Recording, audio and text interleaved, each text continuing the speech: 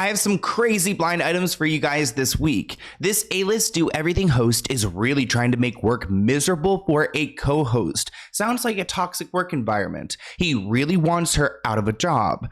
This person writes, Ryan Seacrest is a D-bag. In my opinion, he's the worst possible choice to host Wheel of Fortune. The stories that have been coming out about how he's making life miserable for Vanna are maddening. Let's talk about a related headline. Stunning Wheel of Fortune report suggests Vanna White feels forced chemistry with new co-host Ryan Seacrest and may even quit early. A new era of Wheel of Fortune approaches with Ryan taking over for Pat, and another report suggests that Vanna is considering exiting because her and Ryan just aren't really working well together. Seems like Ryan isn't easy to work with. Sources claimed to Radar Online that Vanna is feeling like a third wheel since Ryan came on board, and that while Vanna allegedly had the thought that maybe she could become more integral to the show following Pat's leaving, so she thought maybe she would become a bigger part of the show, it seems like Ryan isn't going to leave any space out of Pat's role for Vanna to step in. That's really confident of Ryan Seacrest to walk onto a new show and try to assert authority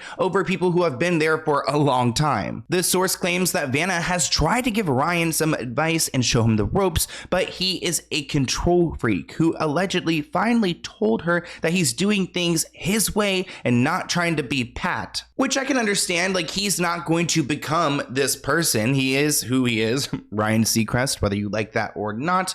But he doesn't have to be so mean about it. So Vanna is again relegated to the background, but now is not with Pat, someone she knows and loves, but a new guy, Ryan.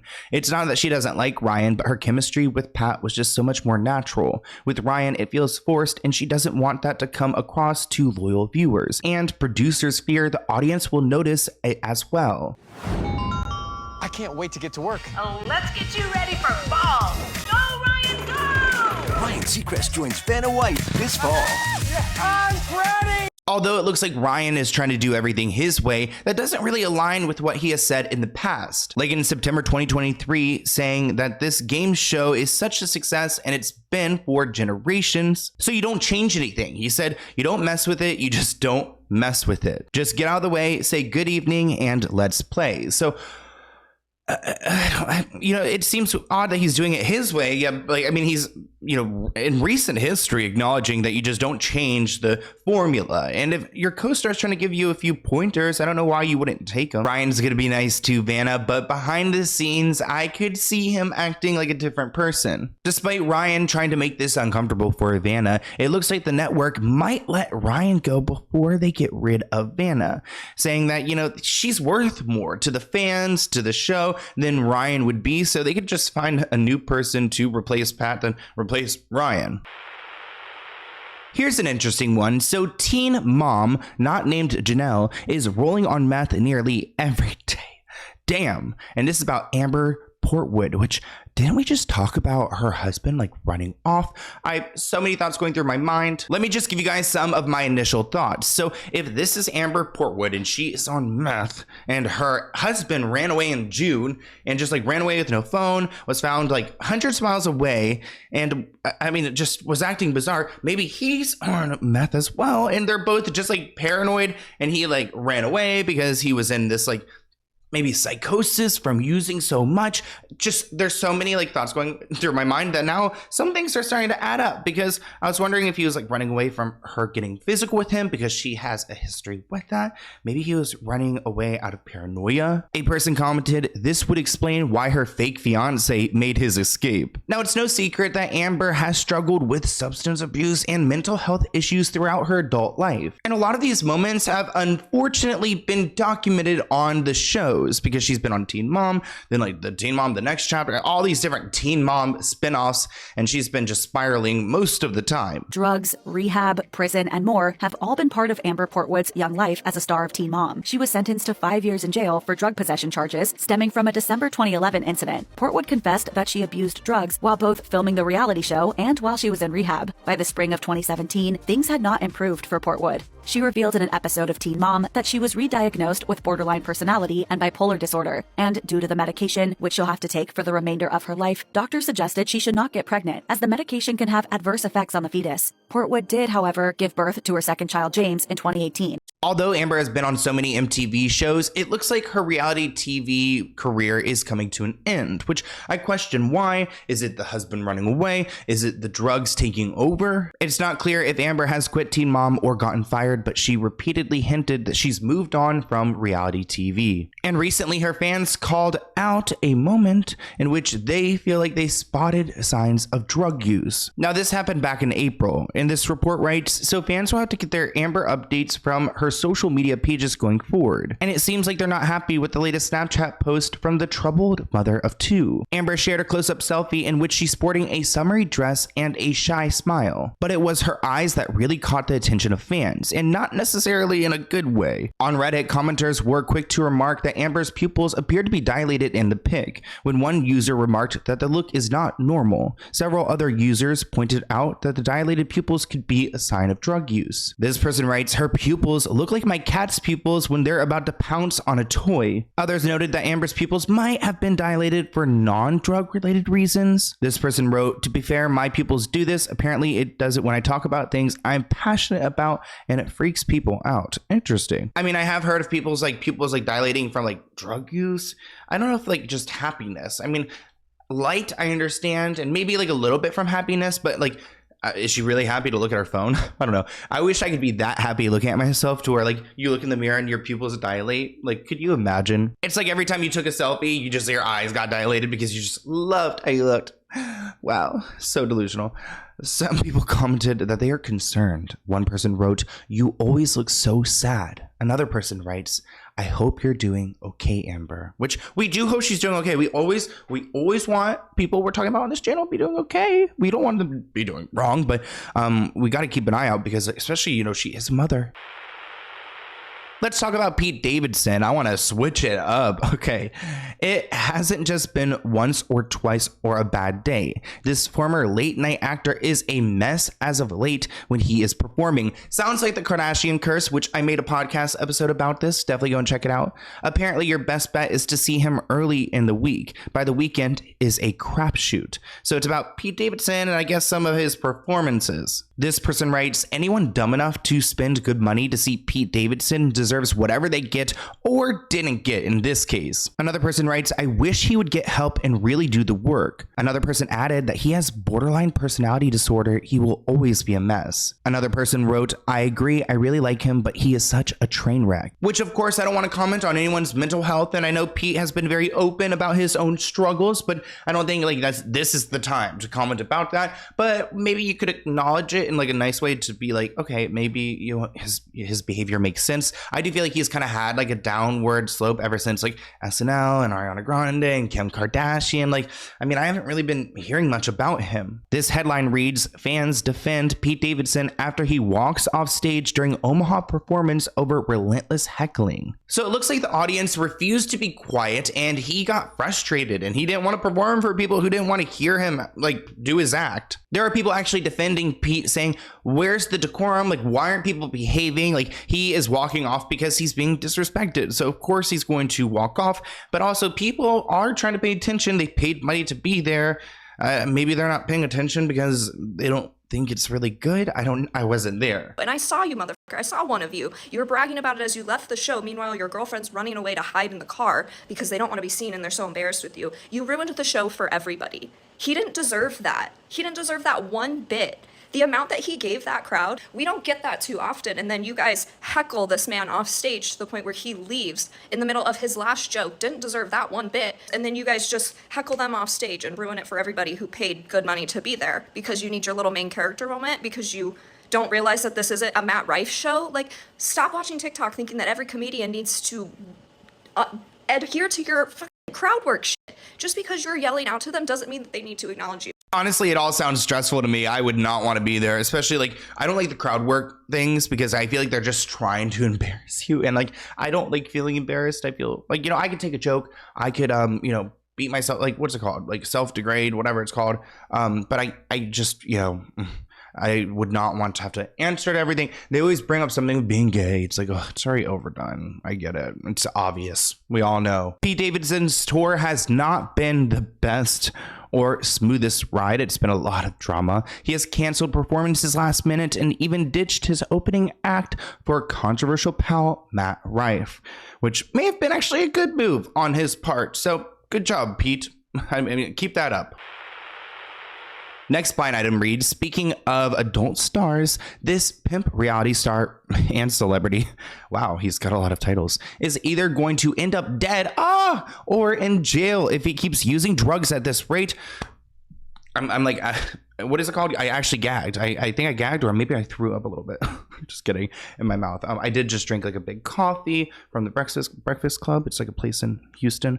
Anyways, this is about Ray J. I swear it seems like Ray J cannot catch a break. I mean, speaking of Kardashian curse, he definitely has been cursed by them. This person commented that Ray J was out of control at the BET Awards. Another person writes, I used to think he was cute, but Lord, he has not aged well. Now, we're not going to get into too many details. We're going to censor some of this because it looks like Ray J's not feeling well. He feels a little bit stressed and that he wants to harm, possibly, but he says he's locked in a false reality after an incident at the BET Awards. He writes, I'm really at my breaking point, and a long statement on Instagram. To provide for my family and have generational wealth was always the plan, but money is evil and people are bad and I can't take it anymore. He added that this crap that is happening is mind-blowing. It's making me unhappy and uncomfortable with the perception of reality, which sounds like he needs therapy, which I'm not trying to like read him on that. I am someone who needs therapy and I go to therapy, so I do what I need to do. Sounds like he might need to do a little bit more of that too. Ray J was involved in a physical altercation with Zeus Network CEO outside of rapper Glorilla's BET Awards after party right after the event, which the BET Awards look so much fun. Actually, I wish I could have like attended that. I don't know how I would go to that. Like, can you buy tickets to go to those things? I don't know. Footage shared online showed two men locked in an intense conversation before Ray J attempted to swing at the CEO of the Zeus Network, who, if you don't know, like the shows like Baddies, they had like the Bobby Light show, just a bunch of kind of random shows on there. But Ray J was then blocked by security and removed from the situation, and it got him really upset. I got. No.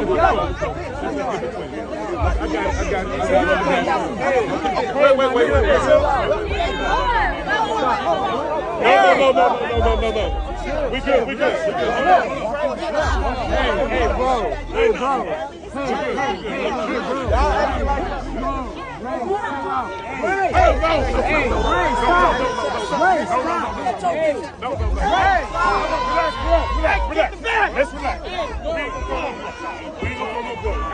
So Ray J had a rough night. He's had a rough couple, years, honestly, maybe a past decade. So it's all really getting to him. And he writes, these chain of reactions are stemming from being locked in a false reality, confused about this whole life. He said, I don't know who they didn't want me to see. It was weird. He claims that BET locked him out of the award show as well. Ray, stop.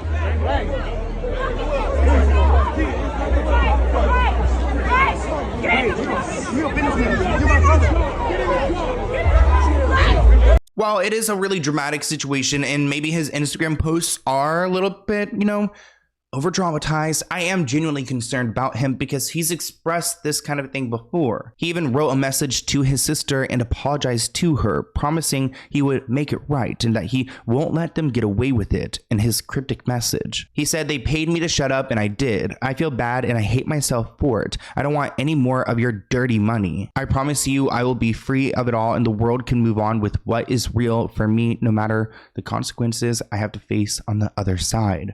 I'm like, whew, my heart's trying to be, is he about to expose Illuminati or something? Here's a bizarre blind item. A decade ago, this A-list actor, comic, singer, Jamie Foxx, fired one of his friends who gave him some medicine. Funny how the same thing recently happened again. Someone commented, is it something with fentanyl? Another person writes, okay, I guess it wasn't a vaccine injury then. He simply overdosed on something that was supposed to be fun and that a friend gave him now. If you say so. Another person writes, so am I understanding the assumption correctly that Jamie Foxx's recent medical takedown was an OD? OD. Headlines read that Jamie Foxx says that his medical emergency started with a bad headache, and then I was gone for 20 days. I don't remember anything, which is pretty scary. Getting into a coma is like I'm knocking on wood right now. I'm like, I never want to get into a coma. Please, God. It just really scares me. Jamie Foxx has provided the first brief details about the medical emergency that left him hospitalized last year. No official cause has ever been disclosed about the incident, but it looks like he had a bad headache in April 2023. I asked my boy for an Advil, Jamie Foxx said, and then snapped his fingers. I was gone for 20 days. I don't remember anything. So they told me. I'm in Atlanta. So they told my sister, and my daughter took me to the first doctor, and they gave me a cortisone shot. Now, I remember a lot of people were concerned that he was having a stroke, that maybe someone was after him. You know what? I still don't feel at ease even hearing this explanation. Something's like not necessarily adding up, or what was he given that would lead to this? Look, April 11th last year, bad headache. Asked my boy for an Advil. Was gone for 20 days. I don't remember anything. So they told me, I'm in Atlanta, they told me. My sister and my daughter took me to the first doctor. They did a cortisone shot. Next doctor said, something going on up there. I won't say it on camera. I won't say it. Yeah, I don't want to say it on camera. But it was... Now, I don't know much about the medical field or injuries or what could be wrong here, but I do feel like it kind of sounds like a stroke, especially if you take like an Advil or something for a headache and it makes your blood thinner. I think that could promote maybe a blood clot. I don't know. Again, I don't know. That's so far-fetched. Like, watch me be so wrong. If you have a medical degree or something, or comment below. Jamie's daughter, Corinne, announced his hospitalization back in April. She wrote that we wanted to share that my father had experienced a medical complication yesterday. Luckily, due to quick action and great care, he is already on his way to recovery. At the time of his hospitalization, Jamie was filming in Atlanta for Back in Action alongside Cameron Diaz. Although he was hospitalized and in a coma, they were able to continue with the movie and continue with his show, a game show that he was hosting, Beat Shazam. Now, I don't know why Jamie won't share what happened to him. I don't think it's like our business. I think he can keep that personal, but also I people are invested in him. They're curious. He's a public figure and he's kind of teased about it, but he's not telling us. Maybe he doesn't want to make himself seem like he can't work. Like in Hollywood, if he did have like a stroke or something. I don't know why I keep whispering stroke like it's a bad word, but Jamie Foxx has been quoted saying, everybody wants to know what happened. And I'm going to tell you what happened, but I got to do it in my way. I'm going to do it in a funny way. We're going to be on the stage. We're going to get back to stand up soon. So I guess he's going to save the story for his own comedy set.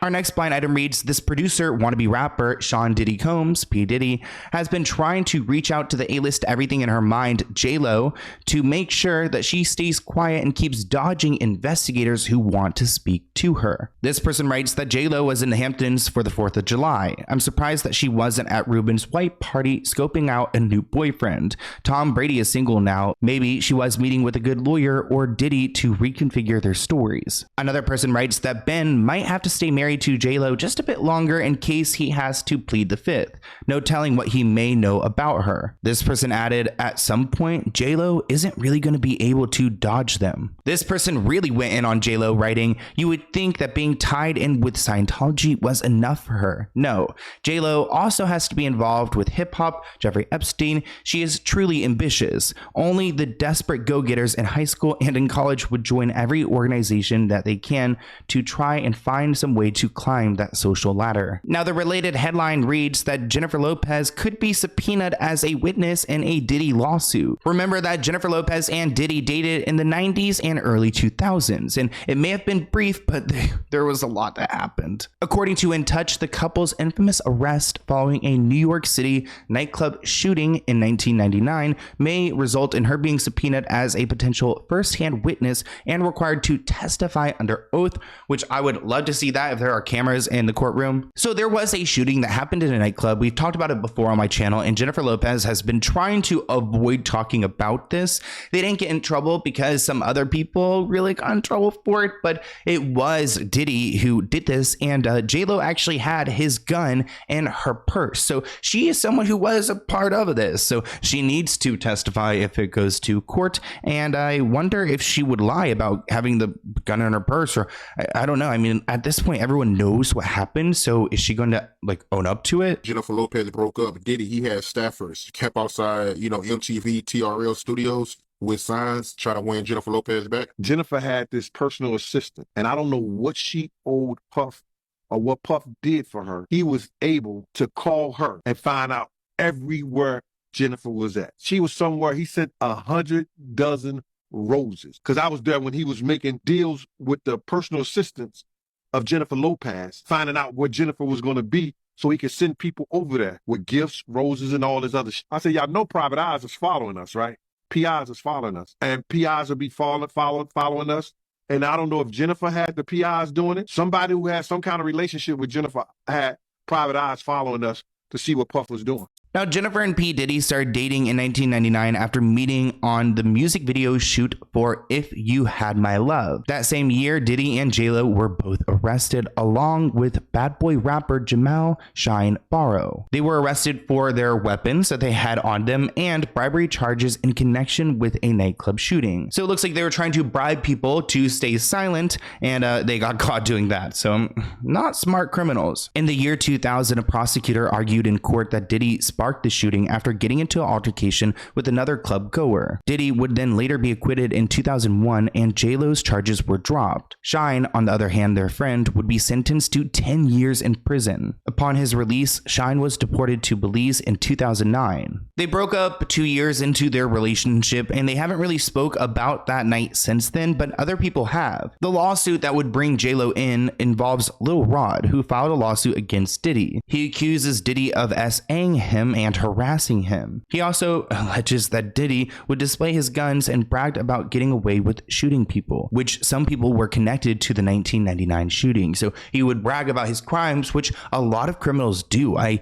listened to a podcast called Crime Junkie, and it seems like a lot of people who are arrested will go and talk to their friends in jail about what they did, and they're so proud of it. But I hope you guys enjoyed this week's blind item breakdown. There was a lot to get into, so I hope you guys enjoyed it. I am back in LA. I'm going to be in LA for a while. I've got some fun events coming up, so hopefully I'll be like vlogging some things. You won't see it on this channel, but you will see something soon. Not me stretching. You want to yawn with me? When you like, I probably made a lot of you guys yawn. Comment below if I did. But if you guys enjoyed this week's blind item breakdown, follow me on TikTok. I've been trying to post more TikTok, and I will see you guys next time. Bye, guys.